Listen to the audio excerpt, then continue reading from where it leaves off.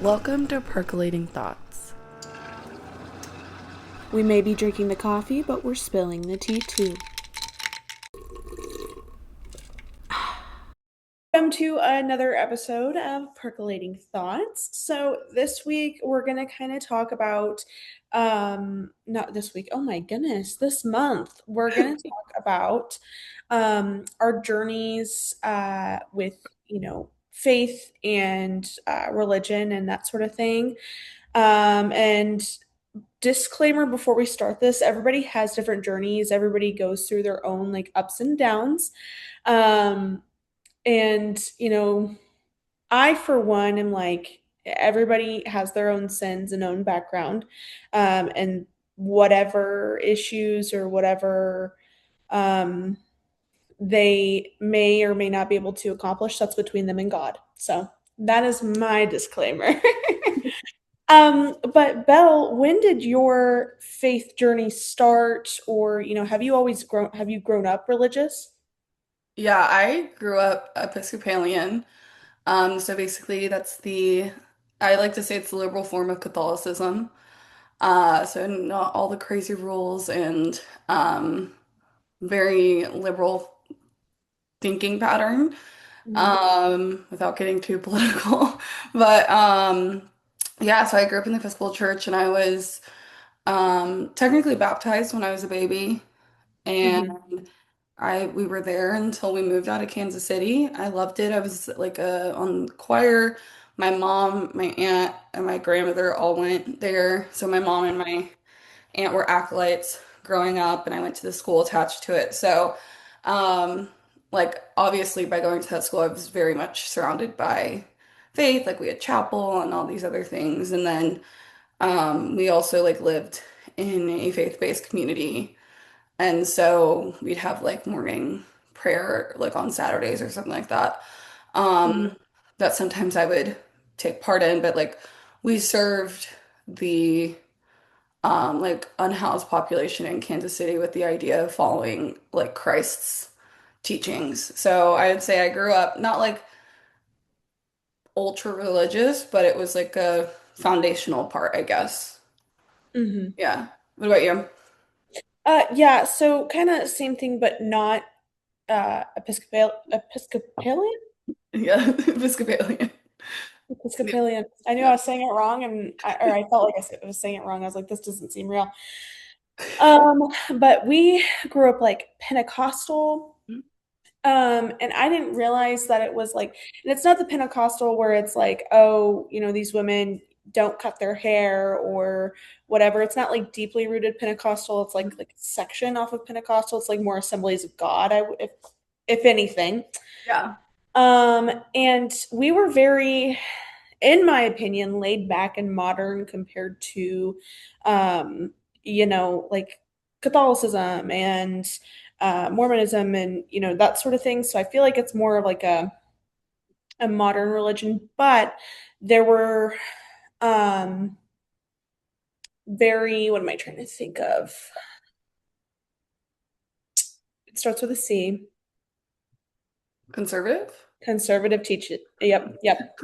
Very opposite of liberal.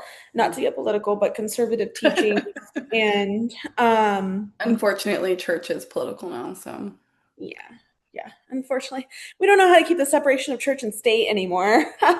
It's great. But very conservative teachings. Like I grew up and was told, um, like you can't wear this or that or show too much skin and that sort of thing. And it was very much like I had to wear shorts down to my knees and yeah, like it was extreme in that way, but it wasn't like bad. it was And more like a modesty. yeah, it was very like I was very modest and growing up as a young woman, you were taught to kind of just not keep to yourself, but like don't do anything wild or crazy and stuff like that, which I mean, it kept you respectable. I wouldn't change anything about that. So that's kind of how my religion was growing up. My great grandmother went to this church. Um, oh, I'd say probably like around 40 years, literally Yeah. until the day she died. And then, which is also where she met my great grandfather. And then my grandmother and my grandfather went to that church. My mom was raised in that church. Um, and so was I, got dedicated to the church and everything. And we would go there all the time. So, Yeah. but kind of transitioning into like our base, like growing up, what was your like timeline with, I guess, religion? Like, what was it like?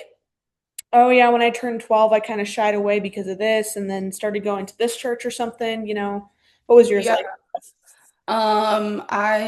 So when we moved from Missouri to Georgia, we switched to the United Methodist Church. Because there's really no Episcopal churches unless you go into the city. And if there are, they're like, well, it's this deep south, so and so it just wasn't going to be the same. And I do think that you start comparing your churches and you're always going to try and find what you used to have because you're used to that. So we switched to the Methodist church. Literally couldn't tell you I don't know, to me church is church. Um but like I guess it's a more like liberal sector. So we switched there and I started serving. I've served in the children's ministry at every church I've been to probably since I was like 12. Just something really fun. I love kids and I love watching them learn and getting to like hear the Bible from like a younger perspective rather than like this like ultra serious like I still call it big church teachings. But yeah, I think around it was 12, I got baptized again, which was like a big deal because in the Methodist church you're technically not supposed to get baptized more than once. But I told them I was like technically I was not consenting and I didn't know. I was literally like an infant. Um and like now I know and I want to do it. I did the sprinkling because, as many of you know, my hair is my life, and it was unfortunately I was not going to go under because I have to have a shower immediately after. So, um, yeah, so we and they did it in the river, and I was like, absolutely not. Um, Yeah, that's yeah, crazy. so I got baptized again at 12. And then our pastor is amazing. He's actually mine and Jeremy's officiant for our wedding. Love him so much. But in the Methodist church, at least in our sector, they had like a long-standing rule that pastors change every like 7 years or something. Mhm. And so randomly one day, we got an email that said that he was leaving and in like a week like we were given no notice. It was really upsetting for me. He was very much a father figure for me growing up, and mom was like, well, let's just try out this new pastor, like let's not, get into it, like let's go into this with an open mind, we never know. um it was awful. He was awful. If you're watching this, yeah, hope you're doing well. I don't know, but it just became like super conservative really Mhm. fast. And I still did the summer camps after we left, and there was just some things that he said that to me aren't appropriate to say to a younger audience as an older person. Yeah. And then they like were just really like became like really rude and mean as soon as he took over. Um, Girl, I got some stories, but this is not the time or place. But basically, yeah, one day I decided I wasn't going to go to the camp anymore after they like severely disrespected my cousin, and I went off on them, and then I left, and I said, "You'll never forget me." Um, but I don't play about Emily, so Yeah. yeah, and then I switched over to non-denominational church, and I loved it. I still go there on holidays when we're home. And I've been going to non-denominationals ever since. Um, just because I like that there's not a structure. It's just you're there to learn and it's more modern and it feels more accepting and fun Mhm. and all the things. So I switched over to the non-denominational, had a great time, had a great small group, still close with all of them. I mean, Brandy's my second mom. She was my small group leader. Her daughters are my sisters. And so, yeah, I think like that's kind of, I don't think I like, well, I mean, this might be a different topic. We can talk about college after. How about that? Okay, Mhm. your turn. Yeah. So for mine, yeah, I'd say about I went to church camp every summer from like the time I was 8 till the time I was like 12. Yeah. Had a blast there, went to youth camp a few times. But then at one point, like I think around like 12, 13, we just stopped going to church. And, growing up with 8 siblings, it was kind of hard to transport everybody to church every Sunday. And, we'd also have church every Wednesday night.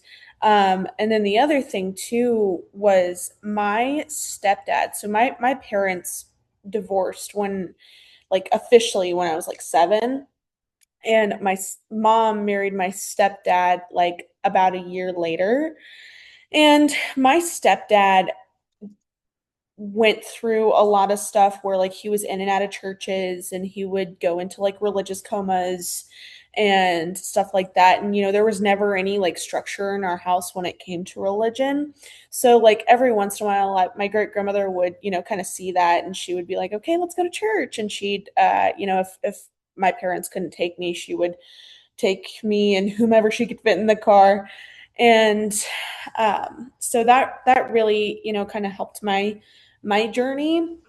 But I will say, moving away to college is where I found non-denominationals, which, funnily enough, the church that we went to in Columbia was my first non-denom church. So um, that was really fun, and like it reminded me of how church was when I was growing up.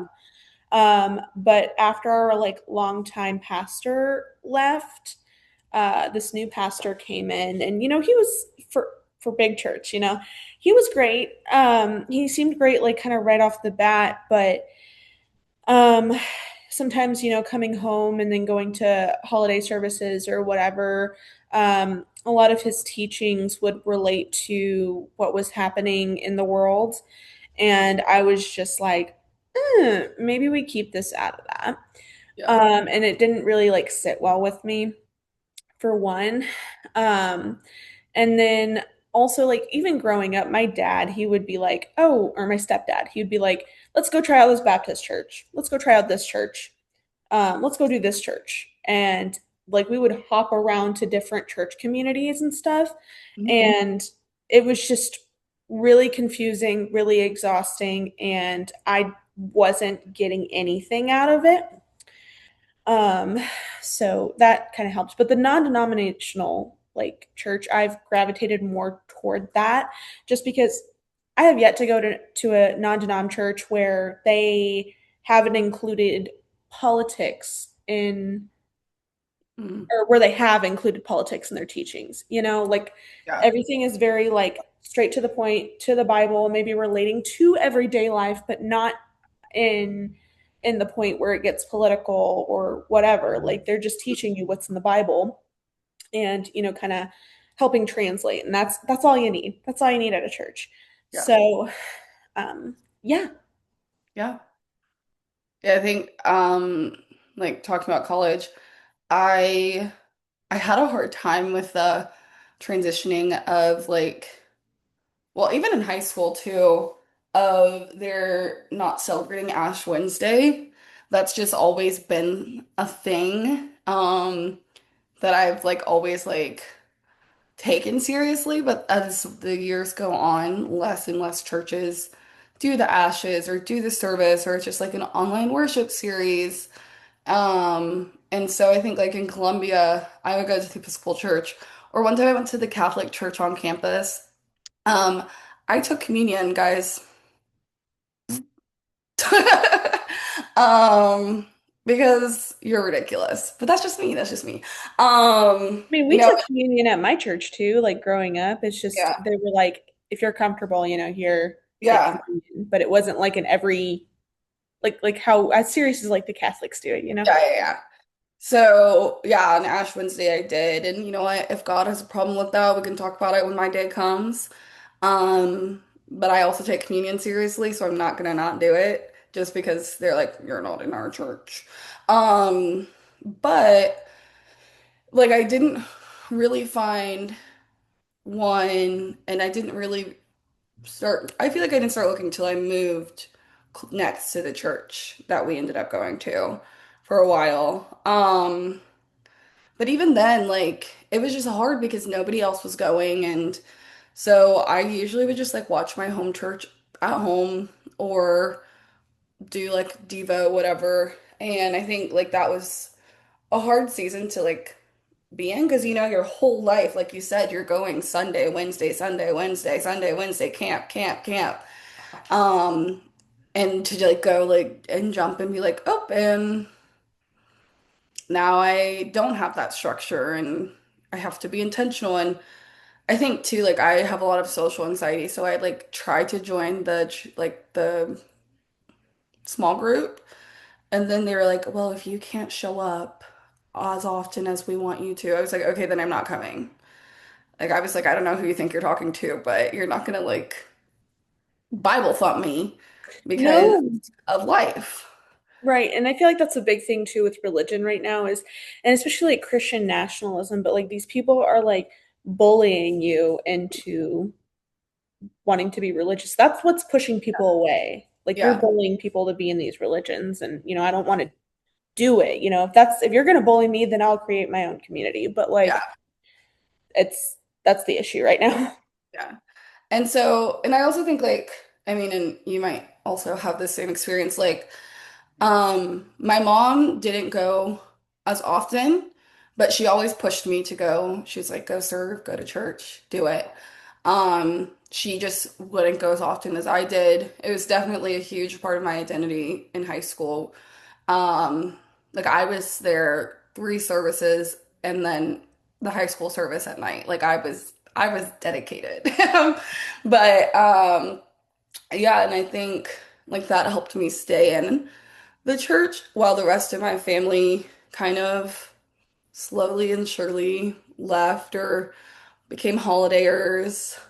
Um, and I think like even now, which we can kind of transition into now in a bit, but kind of like changed my perspective as I got older as well of just like I don't have to do it for anybody else anymore. Like I get to make that choice and that conscious effort and if I want to or not.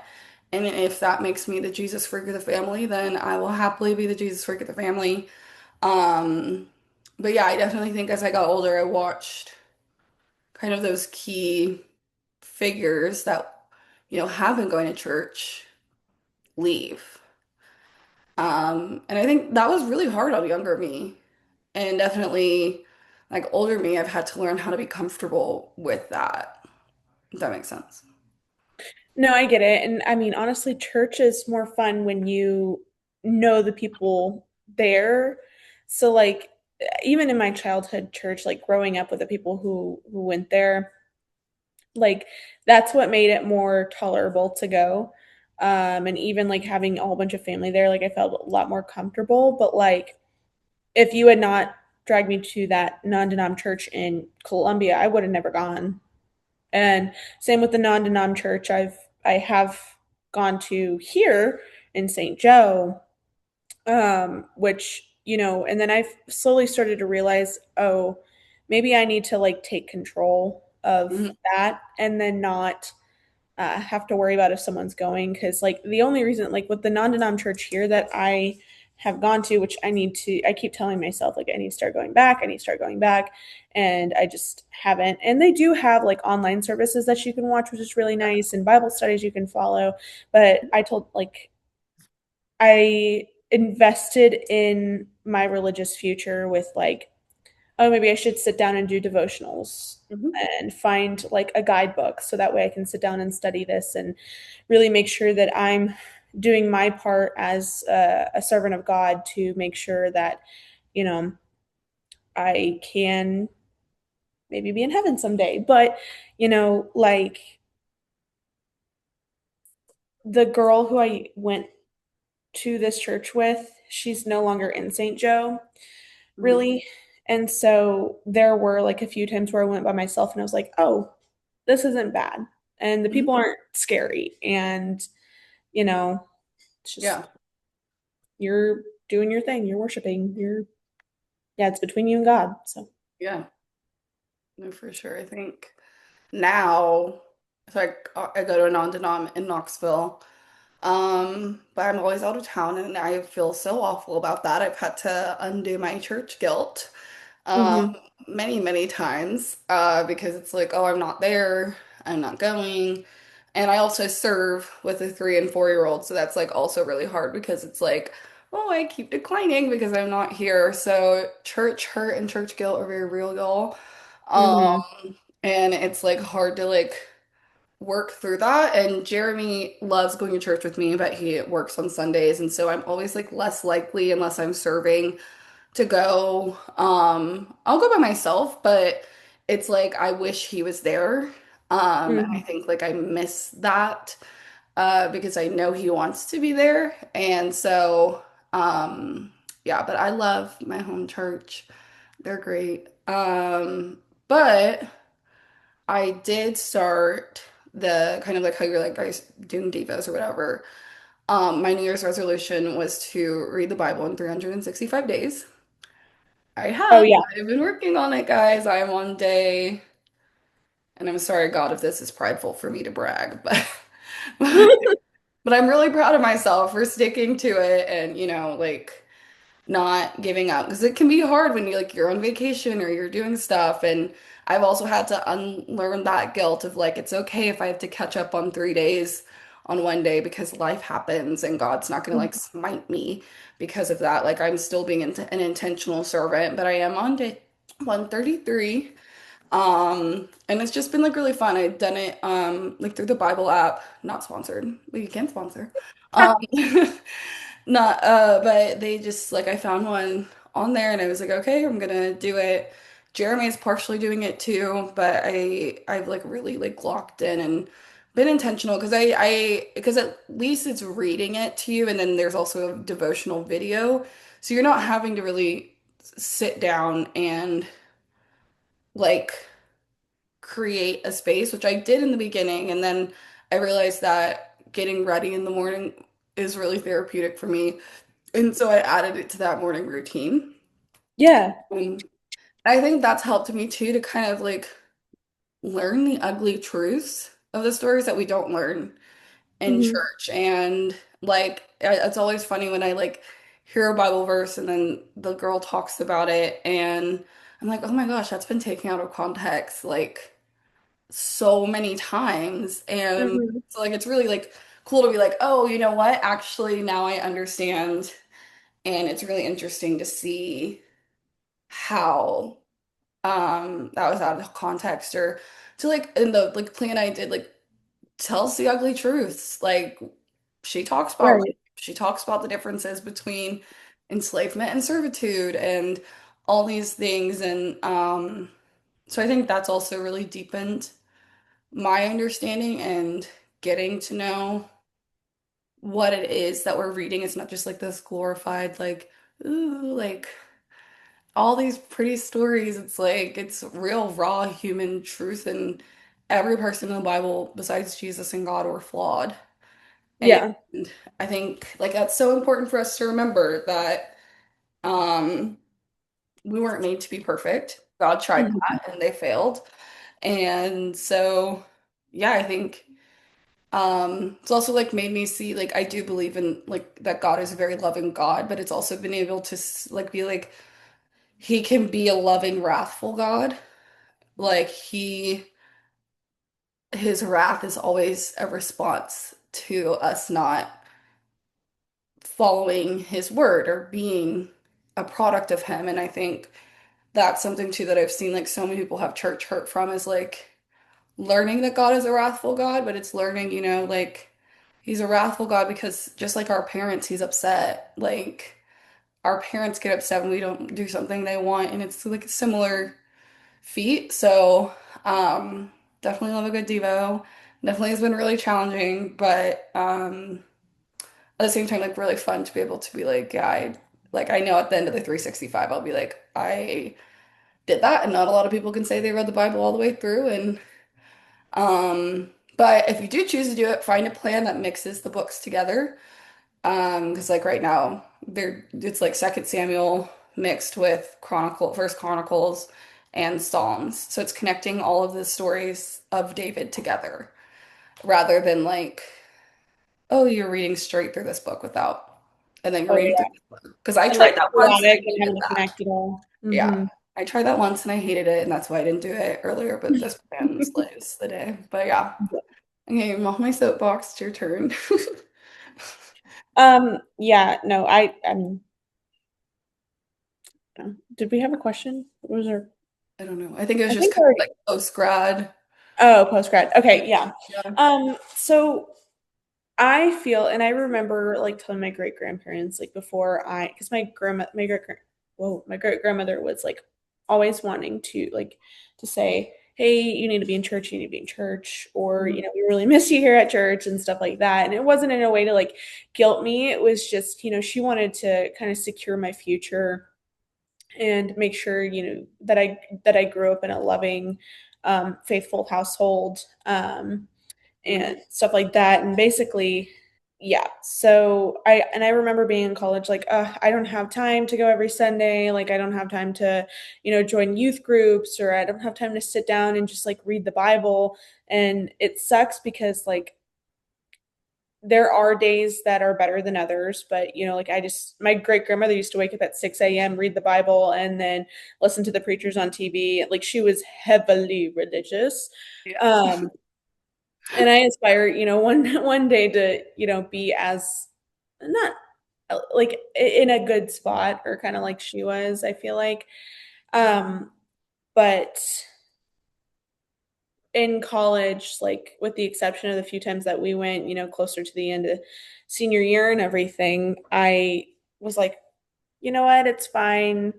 And one thing that I'm guilty of is like whatever sins I have, God's going to forgive me and this, that, and the third. And you Mhm. know, I hate doing that, but with college and everything, it just kind of and college isn't an exception, it's an excuse to that.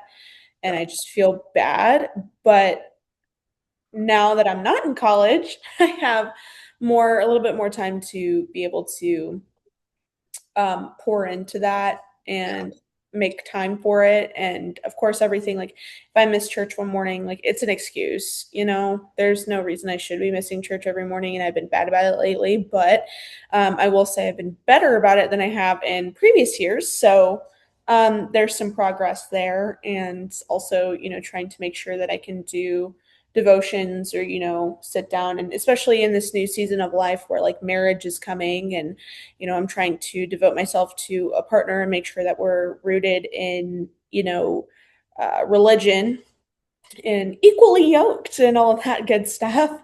Um, it's become more important now than ever. And Yeah. while like our ceremony specifically is like I'm having my best friend officiate it. Like we don't belong to a church, and it's not like that I don't want a pastor to officiate it. I just think that that works better for us and when it comes to fitting everybody in our wedding. And so we're doing like a non-denom, non-traditional Yeah. sort of ceremony, and hopefully everybody uh, enjoys that. But I still want to make sure we're being fed Mhm. um, appropriately when it comes to that. Yeah. Yeah, I think that's why I started the Devo because I was like, okay, if I am not making it like I want to, at least they're spending time every day, even if it's only 15 minutes in the word and knowing and learning. And I also think like feeling bad is a testament to like I don't think it's like I think feeling bad about not showing up is better than not caring, if that makes Yeah. sense. Mm-hmm. So I think like, yeah, you can feel guilty that you didn't go, but that shows like you understand. Um, Mm-hmm.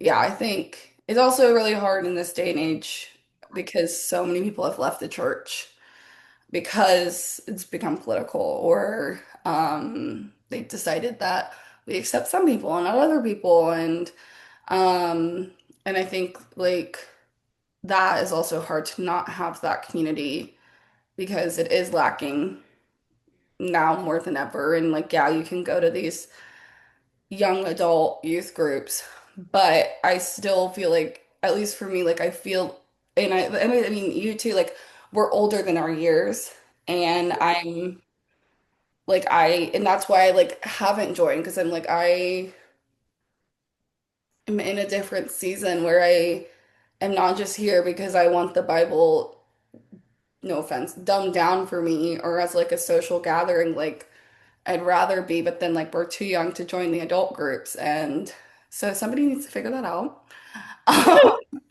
But once we're married, we can join the married groups. Yeah. But Yeah. yeah, I think like that's something else too that sucks is when the people around you stop going or have left or don't Mm-hmm. understand, and there's not people you can talk about it with or feel connected with, and um, yeah, that's the nicest way I Yeah. can put it without, yeah. No, you're good. And I get I think like I understand the church hurt and I because I've gone through it, but I'm a very I don't know, I've gone through a lot and I fully believe like God forgives everyone, so it's not on me to be it. sad or upset or whatever. Like that's between, like you said earlier, that's between them and God. That's not between them and me. Mm-hmm. And so anytime I do bring it up to somebody that I know has left, I'm like, this is just because this is on my mind right now. And I need to say it out loud. This has nothing to do with the fact that like you left, because that's not up to me to make that judgment at Yeah. all. So I think if you're a good person, that means a lot more than going to church or going to a church that Mm. made you feel unloved or unsafe or whatever.